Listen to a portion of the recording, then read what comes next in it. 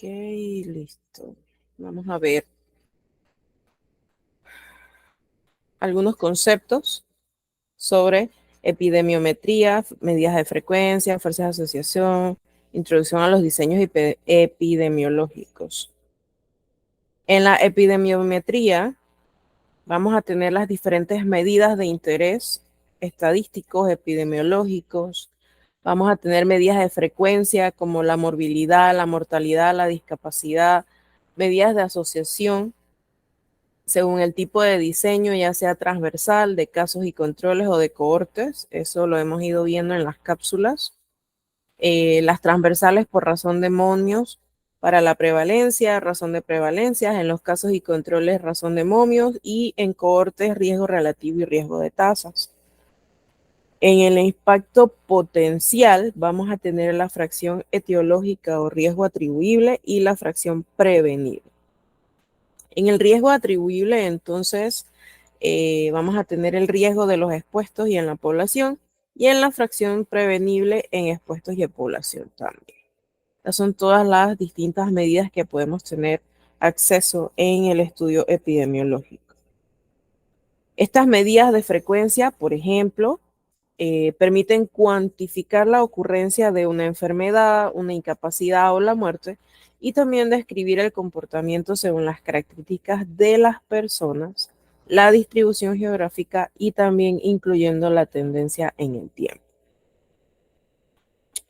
Es por eso que las conclusiones de las frecuencias usualmente usted la va a dar, por ejemplo, 30 enfermos por cada 1000 habitantes. Obviamente esos habitantes son de una población X, por ejemplo, de David, durante el periodo del estudio, octubre, noviembre de 2023. En cuanto a las medidas de asociación, valoran la fuerza de relación estadística entre un posible factor o condición de riesgo o de protección en el estudio y de la enfermedad. En cuanto a las medidas de asociación, entonces vamos a construirlas a partir de una comparación, las medidas de frecuencia de un grupo en que la exposición a ese factor está presente respecto a otro donde el factor de riesgo no está. Por ejemplo, poblaciones sacando otra vez el tema del protocolo sobre el tabaquismo.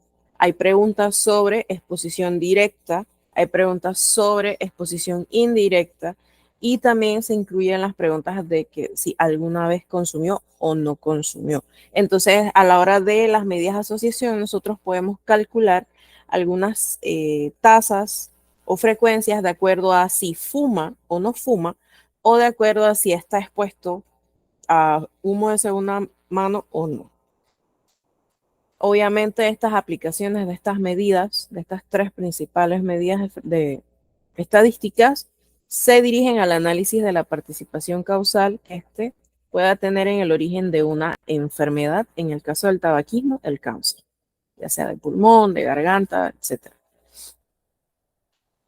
Las medidas de impacto entonces van a expresar la contribución que el factor en estudio, otra vez el ejemplo, tabaquismo, hace a la frecuencia de una enfermedad tanto en el grupo expuesto como en una población definida. O sea, se extrapola un poquito del grupo de estudio hacia la población en general. Son útiles en salud pública porque predicen la efectividad que tendrán las correspondientes estrategias de intervención, o sea, prevención, en la población para eliminar este factor. La selección de indicadores o medidas va a depender entonces de los propósitos que usted persiga con su investigación o con su estudio.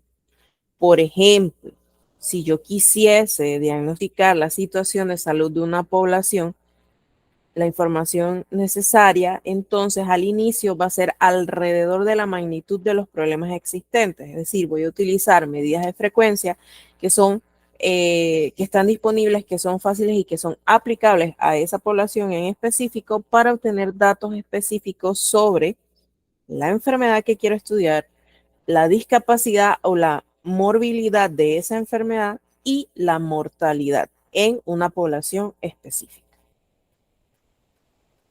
¿Qué datos voy a obtener? Datos oficiales, datos específicos de esa población. la manera cotidiana de los sistemas de registro de los hechos y estudios específicos en los cuales yo voy a utilizar encuestas a nivel nacional.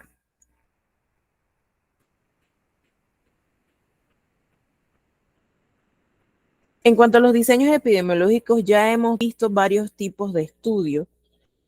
Recordemos que el método epidemiológico está sustentado en los diferentes diseños o estudios que se dan lugar para obtener evidencia científica para utilizar esa información en el aspecto de la salud pública, ya sea para prevención o para subrogar en algún momento de la enfermedad, cómo intervenir.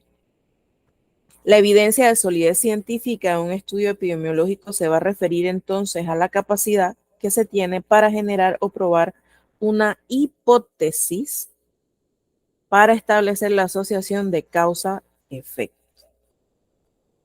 ¿Esto qué significa? Que la solidez científica va a representar la medida confiable en la que yo pueda determinar los factores de riesgo que están asociados a lo que yo estoy estudiando, a la enfermedad específica que estoy tratando de investigar.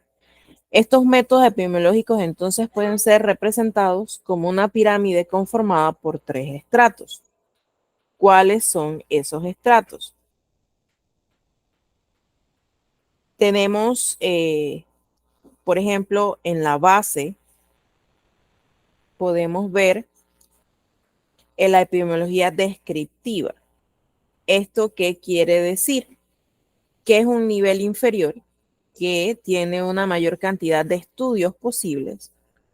En el nivel medio, entonces, vamos a tener la epidemiología analítica, que es donde se encuentra la mayor parte de estudios observacionales. Y al final, en la punta de la pirámide, vamos a tener la epidemiología experimental, que puede ser considerada dentro de la analítica, pero que entonces va a tener sus propias peculiaridades y la cual entonces va a estar constituida por un número reducido de estudios. Va a ser como más específica porque yo estoy utilizando la experimentación y es como dirigida.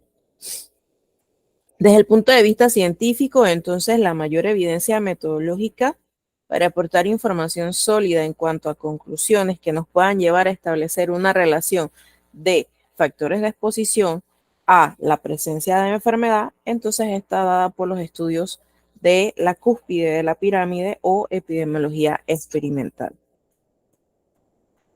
La epidemiología analítica, entonces, son como pautas que establecen relaciones, pero que está limitada por estudios observacionales utilizando sesgos. Y la epidemiología descriptiva, entonces, usualmente se utiliza para el planteamiento de hipótesis posibles que nos pueden llevar a otros estudios y que pueden explicar de mejor manera el origen y los determinantes o causantes de una enfermedad en específico. Al final, todos los estudios epidemiológicos, desde su origen, se clasifican de acuerdo a los diferentes criterios establecidos o las características de cada uno de ellos. Y esto a lo largo del tiempo, entonces, hace que podamos clasificar de manera satisfactoria cada una de esas características. Pero bueno, son cuestiones complicadas. Por ejemplo, ahorita lo que nos está reteniendo con la aplicación de la encuesta o del cuestionario es el aspecto de bioética. A pesar de que no estoy estudiando directamente un ser humano, estoy obteniendo información de un ser humano. Y allí entonces hay que cuidar muchas cositas. Hay cuestionarios como el de nosotros que tienen las medidas demográficas al final, mientras que hay otros que las tienen al inicio. Lo importante es que el indicativo o el instructivo de nuestro cuestionario indica que es una encuesta anónima. No se pide nada.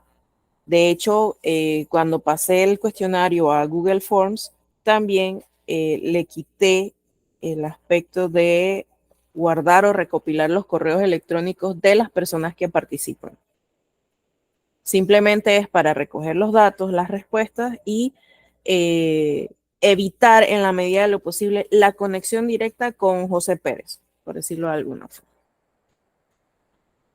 Entonces, los estudios los vamos a dividir en observacionales y experimentales, que los diferencia primordialmente que los diseños experimentales tienen condiciones bajo las cuales se lleva a cabo el estudio y son controladas por los investigadores. Perdón, mientras que en los observacionales no hay la posibilidad de que el investigador controle.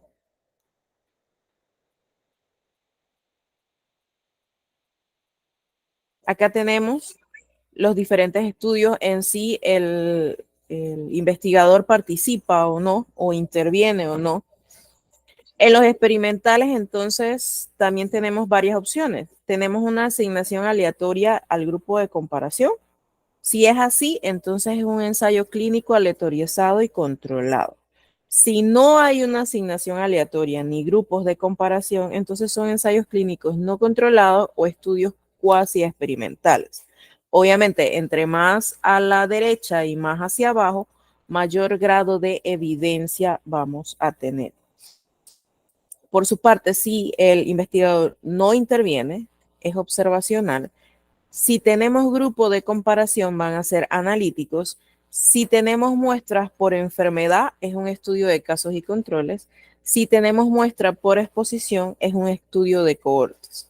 Si no hay comparación en la observación, van a ser descriptivos, que pueden ser casos clínicos, series de casos o estudios transversales.